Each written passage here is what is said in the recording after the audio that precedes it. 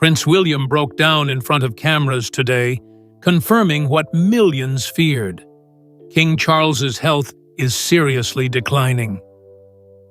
With tears in his eyes, William shared the heartbreaking truth, leaving the nation in shock. The beloved heir revealed a private family struggle that now becomes a public reality. William breaks the silence, a son's painful confirmation. It happened at exactly 4:12 p.m. Prince William stepped in front of the cameras outside Buckingham Palace, dressed in a somber dark suit, his tie slightly loosened, his hands gripping the podium. For weeks, whispers had swirled across the nation. Was King Charles recovering? Were the rumors of serious illness exaggerated? Now, those questions were answered, and the truth hit like a thunderclap. William's voice, usually steady and commanding, wavered as he delivered words that would reverberate across the country. "We are cherishing the time we have with my father." 15 simple words, but each one carried the weight of heartbreak, responsibility, and the unspoken truth that the king's illness was serious and incurable. The nation fell silent as cameras clicked and people tried to grasp what they were hearing. His eyes were glassy, his composure cracking for the briefest moment, revealing a son's grief beneath the crown's expectation of strength. William paused, took a deep breath, and added, "Our family is facing a difficult time, but we are united in love and support." The honesty of the moment was both shocking and profoundly human. For the first time, the world saw the prince not just as a royal figure, but as a son confronting the fragility of life and legacy. Outside the palace gates, crowds gathered, holding candles and watching screens, streaming the moment over and over. People whispered to each other, some in tears, some in stunned silence. Television channels broke into live coverage, and news alerts flashed across mobile phones in bold red. Prince William confirms King Charles's serious illness. The public had feared the worst, but now it was undeniable. William's statement marked more than a public announcement. It revealed years of private strain and unseen pain. Insiders later revealed that William had spent countless nights visiting his father in hospital wards, quietly weeping, wrestling with the enormity of the situation while fulfilling his royal duties. One aide commented, "He has carried this alone for months." Today, the weight became visible to everyone. The moment also signaled a shift in the monarchy itself. While tradition demands calm and formality, William's raw display reminded the public that behind the pomp, the royal family faces heartbreak like anyone else. His words, his pauses, and even his tears showed that love and duty are now intertwined in ways that can no longer be hidden. As he stepped away from the podium, the reality of the announcement lingered in every corner of the UK. The nation understood one thing: the crown was no longer just a symbol of authority. It had become a story of family, courage, and the quiet, painful struggles behind palace walls. And for William, it was only the beginning of a journey he could not avoid. The day everything changed, inside the palace on that morning. November 8, 2025, started quietly, with clear skies and a calm routine at Buckingham Palace. But inside, the atmosphere was charged with tension and fear. At 9:47 a.m., whispers began, "The king has been taken ill." Staff froze, some dropping trays, others staring at the walls as if waiting for the impossible to make sense. By 10:03 a.m., motorcades were racing through palace gates, urgent messages were being delivered, and aides scurried through corridors like shadows. An emergency statement was issued by the palace at 11:15 a.m., reading, "His Majesty is under medical supervision following complications." The phrasing was careful, controlled, but those who worked behind the scenes knew it meant something far more serious. The words were precise, but the silence that followed was deafening. No further updates would come for hours, leaving the staff, the royal family, and eventually the public in anxious suspense. The diagnosis had been known in private for months, but the severity had been kept strictly within a small circle. Now, the truth was slowly seeping out. Charles's health struggles, from previous knee operations to fatigue and visible signs of strain, were finally being acknowledged. Staff described the palace as being in quiet panic, with every aide, secretary, and security officer moving with heightened urgency, preparing for what might come next. By mid-morning, the palace had already begun internal reorganization.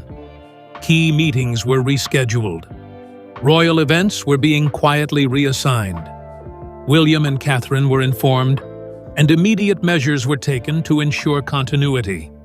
The once glittering routine of palace life, ceremonies, garden parties, public appearances, was now overshadowed by medical reports, private consultations, and a looming sense of urgency. One staff member recalled the tension in the air. It was as if time had slowed, but everything was moving faster than ever. Every corridor had someone running. Every phone call was urgent. Nobody wanted to say it out loud, but we all felt it. Even seasoned courtiers admitted to feeling unprepared for the scale of the crisis unfolding. The day set the tone for the weeks to follow. By evening, the story had leaked to select media outlets, and the public was slowly grasping that Buckingham Palace was no longer just a symbol of tradition. It had become a house under siege by circumstance. Decisions made that morning would shape the next chapter of the monarchy. William's later announcement that afternoon would confirm what had already begun in those tense hours. The king's illness was real, serious, and life-altering. The diagnosis that shattered the crown. The first whispers of trouble began quietly in early 2024, during what was meant to be a routine medical checkup for King Charles. A small health scare turned into something far more serious. Charles was diagnosed with cancer, the exact type kept private, but insiders confirmed the condition was incurable. What had started as a private struggle would soon ripple outward, affecting the family, the palace, and the public in ways no one could have anticipated. Initially, Charles tried to maintain his usual schedule. He continued attending public engagements, giving speeches, and meeting world leaders with the same precision he always had. But behind closed doors, the reality was starkly different. Fatigue weighed on him visibly. Even short walks left him slower, and his once vibrant energy was replaced by a quiet, almost constant strain. Staff noticed the toll immediately. One aide said, "His Majesty was fighting a quiet war every single day, and nobody could see it except those closest to him." The diagnosis changed everything. What had been a year of celebrations and royal initiatives was suddenly a year of crisis management. Major events were postponed, travel was reduced, and the king increasingly relied on medical supervision to navigate daily life. His doctors emphasized caution, warning that even minor stress could exacerbate his condition. The pressure on the palace staff intensified as schedules, appearances, and ceremonial duties had to be adapted to accommodate both his health and the optics of continuity. For the family, the emotional strain was immense. William and Catherine were balancing their own personal challenges alongside their father's health crisis. Catherine, already coping with her own health concerns, became a pillar of support for William, who was described by insiders as exhausted, stretched thin, but determined to remain composed in public, William himself admitted later, "2024 was the hardest year of my life." Even with such composure, private moments revealed a different story. The prince was often seen weeping quietly after hospital visits, a stark contrast to his public persona. The palace also faced an internal recalibration. Decisions that were previously ceremonial were now influenced by Charles's health. Some patronages were temporarily paused, travel schedules limited, and long-term planning discussions shifted toward contingency strategies. The royal circle understood that the illness was not just personal, it had systemic implications. "Everything had to be thought through with care," said a longtime aide. "It wasn't just about the king, it was about the monarchy itself." By the end of 2024, the quiet suffering of the king had transformed the royal household. Charles remained dignified and composed in public, but inside, the toll was undeniable. His condition wasn't just a medical challenge, it had become a test of endurance, leadership, and emotional resilience, setting the stage for William's eventual public announcement and the seismic shifts in palace life that would follow. William's breaking point, a year of unimaginable strain. For Prince William, 2024 was more than a year of family crisis. It was a test of his limits.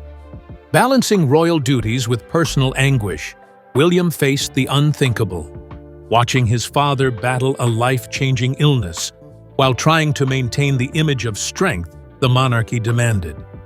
Even for someone trained in public composure, the strain became impossible to hide.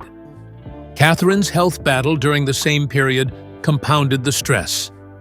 William found himself juggling multiple crises simultaneously, supporting his mother, managing palace responsibilities, and preparing for a future where he would inevitably take on more of the crown's duties. Those close to him described him as emotionally stretched to breaking point. In private moments, he often broke down, especially during hospital visits to see King Charles. He was trying to hold everything together, but the weight of it all finally caught up with him, said a palace insider. By the time he addressed the public in November 2025, William's emotional collapse was years in the making. The tears, the pauses, and the tremble in his voice weren't sudden. They were the result of enduring months of pressure that few outside the palace walls could imagine. "There were days I didn't think I could go on," William admitted later in private, a confession that resonated with those who understood the magnitude of his responsibilities. Beyond family health concerns, William had to navigate the logistics of monarchy under strain. Key meetings were reassigned, patronages had to be reviewed, and the media scrutiny was unrelenting. The prince became both caretaker and heir apparent, balancing grief with duty in a way few could comprehend. His exhaustion was physical, emotional, and psychological. A triple burden carried silently until the world finally witnessed the cracks. The breaking point highlighted a critical truth. The monarchy is not just ceremonial, it is deeply human. Public appearances, polished speeches, and official statements often hide the emotional turbulence that accompanies life at the top. William's struggle illuminated the private suffering behind the crown.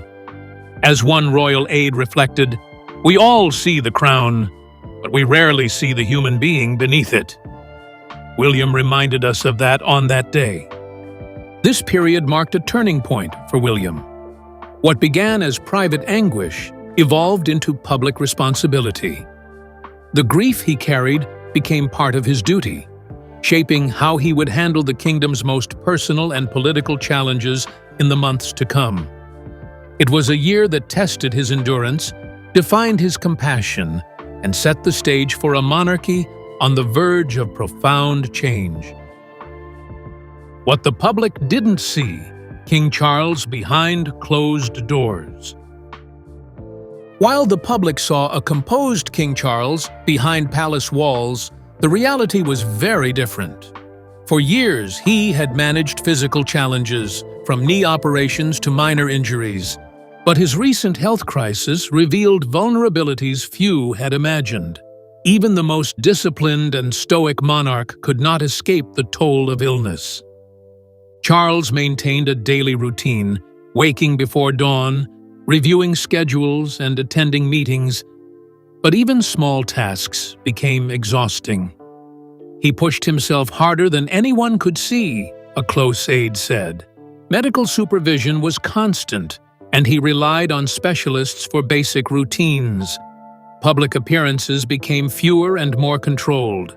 Where once he moved with energy and authority, he now appeared reflective and measured, described by insiders as resigned but deeply focused on legacy. The illness also affected relationships. Private conversations with aides and family carried vulnerability and introspection. He spoke less about policy and more about family, history, and what would remain when he was gone, a palace official revealed. Palace operations shifted too. Contingencies for illness and succession were prioritized, and every decision, from events to personal visits, was weighed carefully.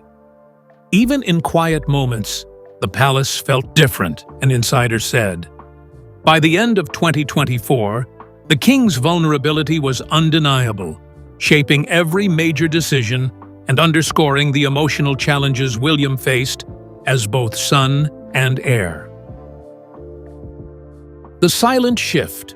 The crown begins to move behind the scenes. As King Charles's health declined, the palace quietly prepared for the inevitable. No public announcements were made, but staff, advisors, and senior royals understood that succession planning was no longer theoretical. Meetings shifted from ceremonial matters to contingency planning, ensuring the monarchy could continue even as the king's public duties decreased. Prince William stepped into an expanded role, attending meetings, reviewing documents, and handling sensitive discussions previously overseen by his father. Camilla took on additional responsibilities, including 15 new patronages, stepping into public duties with poise. Her growing presence, however, caused tension, with some royals worried about influence and legacy. Palace insiders called this the Royal Reset, a quiet transfer of responsibilities as younger royals gradually assumed duties of the aging monarch. Even senior figures, like the Duke of Kent, reduced their public engagement, while key patronages moved to William, signaling generational change. For William, every decision and engagement was a balance between duty and grief. The palace routine shifted from ceremony to survival, with discreet communication and carefully measured moves. Behind the scenes, the monarchy faced a new reality. Emotional resilience, strategic planning, and preparation for the future had become as important as public appearances. Royal family divided, a dramatic ultimatum to the king. Tensions at Buckingham Palace reached a breaking point when Prince William and Princess Anne confronted King Charles directly. What began as a measured conversation quickly turned emotional. The siblings demanded a clear separation of royal duties from Camilla's extended family, insisting boundaries were necessary to protect the monarchy. "We cannot allow private influence to shape the crown," William reportedly said, his voice firm but shaken. Charles, long skilled at balancing personal loyalty and public duty, was visibly affected. The confrontation ended in private tears. "It feels like betrayal, but I understand their concern," a palace insider revealed. The ultimatum was not personal. It was about preserving the institution. William and Anne feared favoritism or overreach could damage public confidence and complicate succession planning. Behind palace walls, tension was palpable. Meetings became quieter, conversations more cautious, and every word measured. The confrontation marked a turning point, exposing divisions while forcing reflection on duty, loyalty, and love. For William, the episode strengthened his resolve to modernize the monarchy responsibly. "This is about protecting the crown for future generations," an insider said. For Charles, the situation was deeply personal, amplifying the weight of his illness and the emotional complexity behind the institution's public face. Camilla's growing role and the tensions it caused. As Charles's health declined, Camilla quietly expanded her influence within the royal family. Recently assigned 15 new patronages, she assumed responsibilities traditionally associated with the Queen, stepping into public duties with elegance and professionalism. Her expanded role, however, did not go unnoticed or uncontested. Tensions quietly grew behind the palace walls. William and Anne, in particular, felt the shift acutely. They perceived Camilla's growing presence as an overshadowing of their roles and a potential threat to the streamlined, modern image of the monarchy they were trying to preserve. Palace insiders reported a quiet but palpable friction. Everyone respected her dedication, but some feared she was taking on too much influence too quickly, said one aide. It created unease, especially during an already stressful period. The redistribution of duties was subtle but significant. Older royals, like the Duke of Kent, stepped back from patronages, while Camilla assumed public-facing roles that positioned her as a central figure in the palace hierarchy. Her appointments, though discreetly announced, signaled a rebalancing of power, one that some family members struggled to accept. Despite the tension, Camilla handled her new responsibilities with grace and professionalism. She maintained public composure, represented the crown in critical engagements, and navigated media scrutiny with skill. Yet, the internal dynamics were more complicated. Discussions among senior royals increasingly involved strategy, influence, and long-term planning, all colored by Charles's declining health and the need to prepare for succession. This period highlighted a deeper truth about the monarchy. The balance between public duty, family loyalty, and personal influence is delicate and constantly tested. Camilla's growing prominence did not just shift responsibilities, it revealed the fragile nature of palace politics and the emotional undercurrents running through the royal household. Every decision, every appointment carried weight far beyond what the public saw, a senior aide said. It affected relationships, loyalty, and morale. As tensions simmered and roles shifted, the palace entered a phase where power, perception, and legacy intertwined. The king's health, William's leadership, and Camilla's increasing presence created a high-stakes environment, setting the stage for difficult decisions, personal sacrifices, and emotional reckonings that would shape the monarchy's next chapter. William and Harry, a secret reunion amid crisis. On October 1st, 2025, in the quiet of Sandringham Chapel, two brothers who had spent years apart finally met. Prince William and Prince Harry arrived discreetly. No cameras, no aides, no public fanfare, just the weight of family, history, and shared grief. The chapel, a place their mother, Princess Diana, once prayed, provided a rare sanctuary for a conversation that had been long overdue. The reunion was tense, but necessary. Both princes carried the weight of their own challenges, William balancing the monarchy and his father's serious illness, and Harry navigating life away from royal duty, yet still emotionally tethered to family legacy. None of this is what she would have wanted, Harry reportedly said, his voice low and reflective, invoking their mother's memory to remind them of the bond they shared. This meeting was not a full reconciliation, but it was a spark of connection. For hours, they spoke privately, revisiting old wounds, sharing concerns about their father's health, and quietly negotiating how they could support one another despite the tension of past conflicts. The chapel walls held witness to a mixture of regret, hope, and mutual understanding. Palace insiders later described the reunion as a pivotal emotional moment.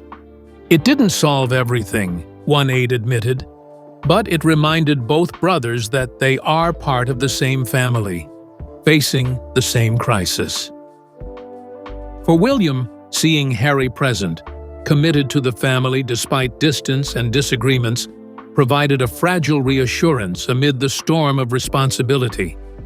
For Harry, the meeting offered a reminder of legacy, duty, and shared love that could transcend rivalry. The secrecy was essential. News of their meeting would have overshadowed the very reason they gathered: the king's health. By keeping it private, they created a space for honest conversation, free from public scrutiny or political pressure. And in that rare moment, the brothers found a fleeting sense of unity, a fragile thread of connection that both knew would be tested again. This secret reunion highlighted the personal cost of royal life. While the public watches ceremonies and speeches, private struggles, grief, illness, reconciliation unfold quietly, shaping decisions and relationships in ways the media can never fully capture.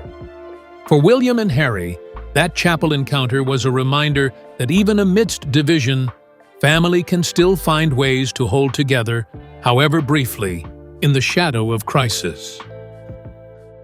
What comes next? Is this the end or a new beginning? As King Charles's health continues to decline, the future of the monarchy feels both fragile and uncertain. Insiders report that while his condition remains serious, it is currently stable, but the king is slowing down rapidly. Prince William is quietly preparing for the responsibilities that will soon rest entirely on his shoulders, balancing heartbreak with the demands of public duty. Every day is a lesson in resilience, a close aide said. He carries both sorrow and determination in equal measure. Public reaction has been overwhelming. Crowds line the gates of Buckingham Palace nightly, holding candles, laying flowers, and expressing support in a way that feels personal and collective at once. The monarchy, usually distant, is now deeply humanized in the eyes of the public, its vulnerability touching hearts across the UK. Meanwhile, palace staff continue to plan for a potential early regency, reviewing succession protocols and ensuring the smooth transfer of duties when the time comes. William's public appearance in November, in which he openly wept while speaking about his father, symbolized the balance he must maintain. Love for his family intertwined with duty to the crown. It's no longer just about leadership, a palace insider explained. It's about legacy, love, and quiet courage. The private and public dimensions of this crisis are inseparable. William's grief, the king's illness, and even the subtle shifts in influence within the royal family, Camilla's expanded role, internal divisions, and the secret reunion with Harry, paint a portrait of a monarchy under pressure, evolving in real time. Every choice, every engagement, is a test of both emotional strength and leadership. As the nation watches, one thing is clear. The crown is no longer merely a symbol of power or ceremony. It has become a measure of resilience, familial loyalty, and the courage to face inevitable loss with dignity. For William, the journey is only beginning. And for the public, the story is far from over. The monarchy is entering a new chapter, one defined not just by tradition, but by the human hearts that bear its weight. As William wiped his tears, the nation watched, united in support, facing a monarchy tested by love, legacy, and grief.